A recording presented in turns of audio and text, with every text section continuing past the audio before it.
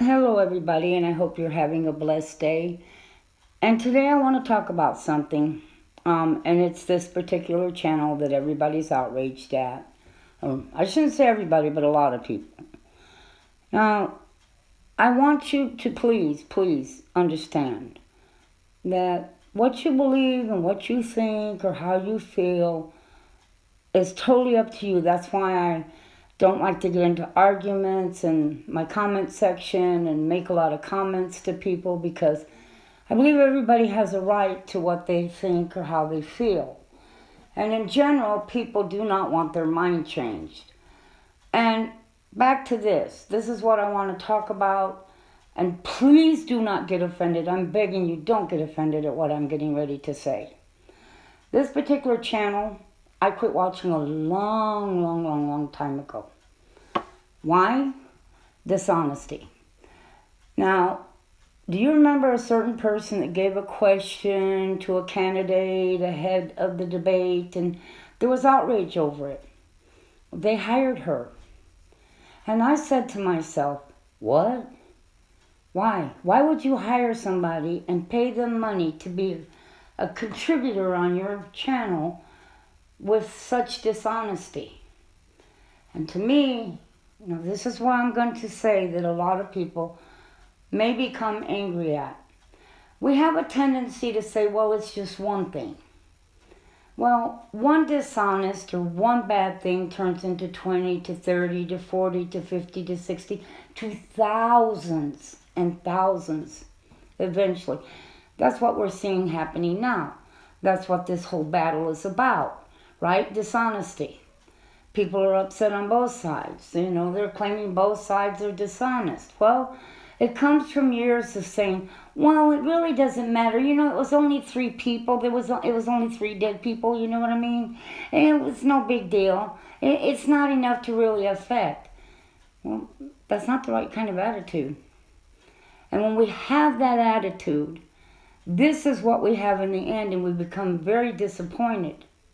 Because we ourselves allowed it. Everybody who watched this channel and was so staunchly supported it did not bother to unsubscribe, have nothing to do with that channel when they hired a very dishonest woman. Many years ago, there was a news channel, and I don't remember how long ago, but it was a very long time ago. They had someone on there who outright lied about something to do with him and the military and all this kind of stuff happened, and the channel fired him. Well, but he got rehired. Same company, it was another, station, but they're affiliated. And I said, huh? You want to tell me you're going to give me honest, fair news with someone that you have that's so dishonest? Nope, sorry, never watched it again. Well, the same thing happened to me with this channel. Never watched it again because I did not like what they did. Once you let dishonesty into things, the whole system becomes corrupt. It just does. It happens. That's what you get in the end. And so I'm kind of surprised at how many people that, they should unsubscribe, get rid of them. They've been dishonest for a very long time. You're not going to convince me they didn't see all this coming. Yet they didn't say anything. They didn't forewarn anybody. I mean, did any of them? You're going to tell me if you didn't know that what's happening now was going to happen, you don't have any business giving us any information, period. You just don't.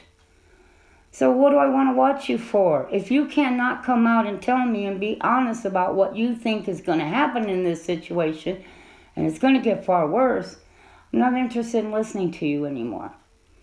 And so I know a lot of people are hurt, they're angry, but we have to take a serious look within ourselves when we become so disappointed over something that we thought was so wonderful and so great when they really weren't all along.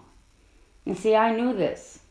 I knew when this particular person that came out, she was a hot potato for the other side, and they quickly hired her for their side. And I said, why?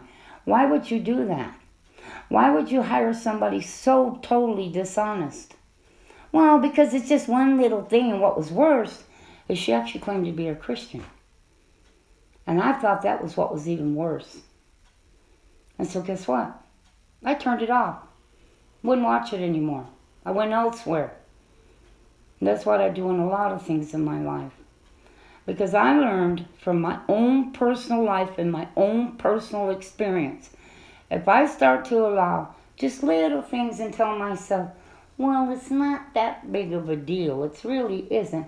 Before I know it, I have allowed so much into my life that it becomes a huge deal that I'm stuck spending months trying to figure out how to straighten it out.